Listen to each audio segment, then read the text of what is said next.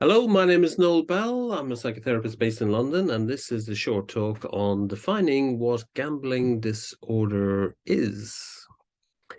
So, when we think of gambling, we think of what is termed gambling disorder. And essentially, this is how medical professionals will define what gambling disorder is.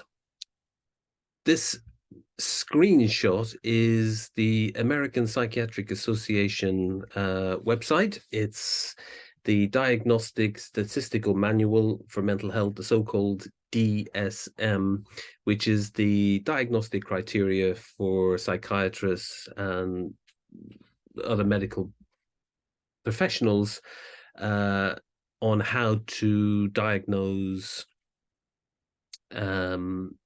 conditions, mental health conditions, and addictions. Now, the important thing to remember about gambling is that it's the only non-substance, so-called behavioral addiction that's officially termed an addiction. In 1980, the previous iteration of the Diagnostic Statistical Manual, the DSM, had it as an impulse control disorder, and next actually to fire starting. So now it's in behavioral addictions, and the most recent iteration of the DSM is from 2013, so 10 years ago, and this is how gambling disorder is defined. Now, I should say gambling as well as gaming is something that's considered something. It's in the appendix for the last DSM, so it's considered to be something that could potentially be termed an addiction. But currently, there's more. The jury is out, as it were. The committees that look at the diagnostic criteria for the American Psychiatric Association currently say it's something that is more evidence is needed, essentially. So gambling is the only official addiction that's non-substance, and that's behavioral. So what is gambling disorder? So as you can see there, gambling disorder involves repeated problem gambling behavior. The behavior leads to problem. You can tell this is an American website by the way they spell behavior, by the way. But the behavior leads to problems for the individual, families, and society. Adults and adolescents with gambling disorder have trouble controlling their gambling. They will continue even when it causes significant problems. So this is the diagnosis. So there's 9 bullet points here, and you might think, well, what happens if I have 3 of these? Well, this is where the cluster-based approach to diagnosis might be a little bit precarious at times. But a diagnosis of gambling disorder requires at least 4 of the following during the past year.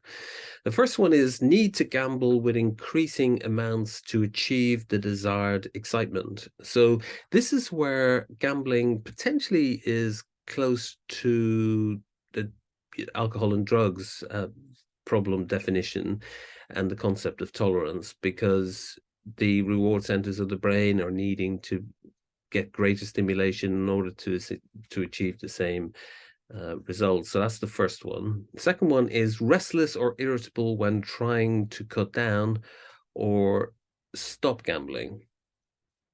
So the emotional effect someone experiences is impacted by the thought of stopping or being deprived of the time to gamble, and they become tetchy, irritable, cantankerous.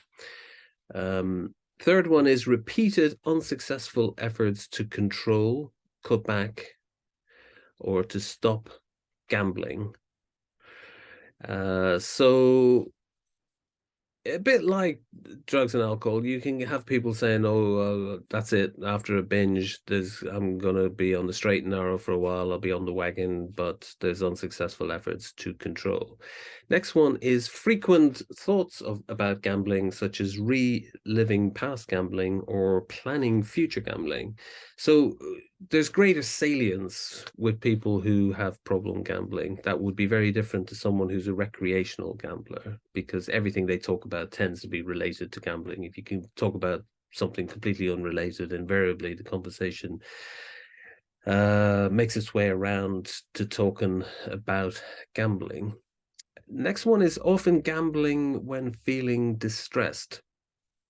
So I think this is what pretty much determines all behavioral problems from what might be termed lifestyle choices. So, sex, drugs, rock and roll. If someone is needing to change how they feel in order to get a relief and self-soothing benefits from the behavior or the substance, then that's often what can potentially lead to problem behavior. So when gambling is not just, because they think something is going to be a good bet or there's a good investment choice or there's a little bit of pleasure going to the casino, it's worked hard all week, going for a meal, it'll be fun, and it can be fun. But when it's gambling because there's intense difficulties with processing feelings, bereavement, sadness, angry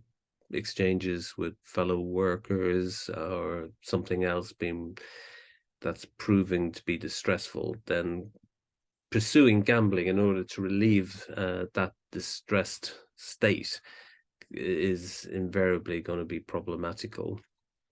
The next one is that after losing money gambling, often returning to get even.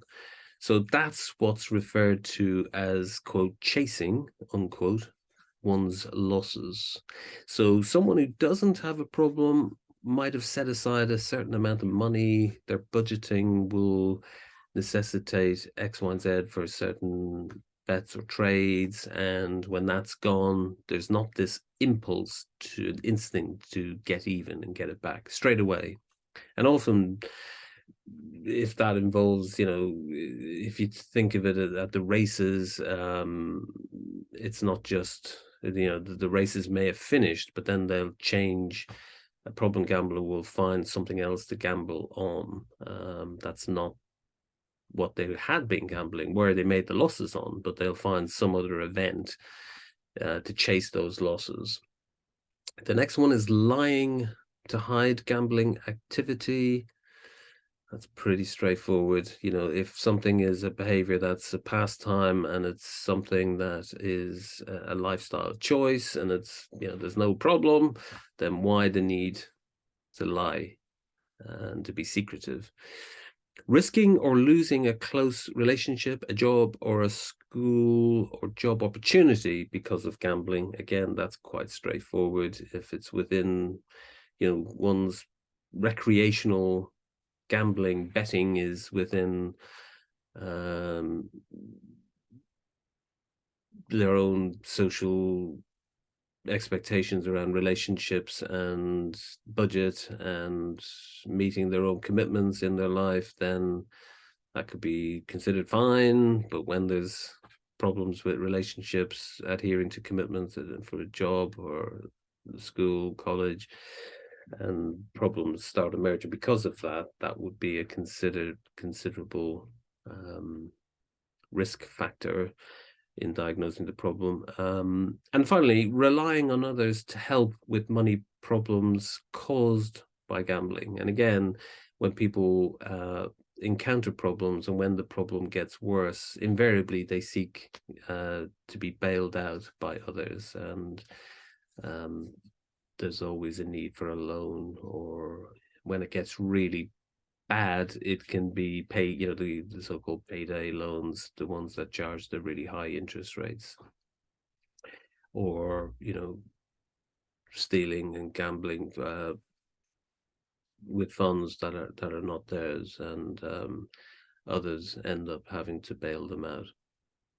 So people with gambling disorder can have periods where symptoms subside. So that's important to remember, because it's not like a 24/7, or it's not a race to the bottom in an a V-shaped plunge into the depths. There can be periods where it might be W. There could be periods where people are seemingly in control, but then there's a plunge down where control is lost. And the gambler may not seem a problem in between periods of more severe symptoms. Finally, the American Psychiatric Association lists that the gambling disorder tends to run in families. Factors such as trauma and social inequality, particularly in women, can be risk factors. Symptoms can begin as early as adolescence or as late as older adulthood. Men are more likely to start at a younger age, and women are more likely to start later in life. So there you have it. That's the American Psychiatric Association sponsored DSM diagnostic criteria. I will post the links into the video description with some links also for other diagnostic criteria, and watch out further for other videos on how to stop, how to deal with gambling urges once stopped, and how to work with gamblers.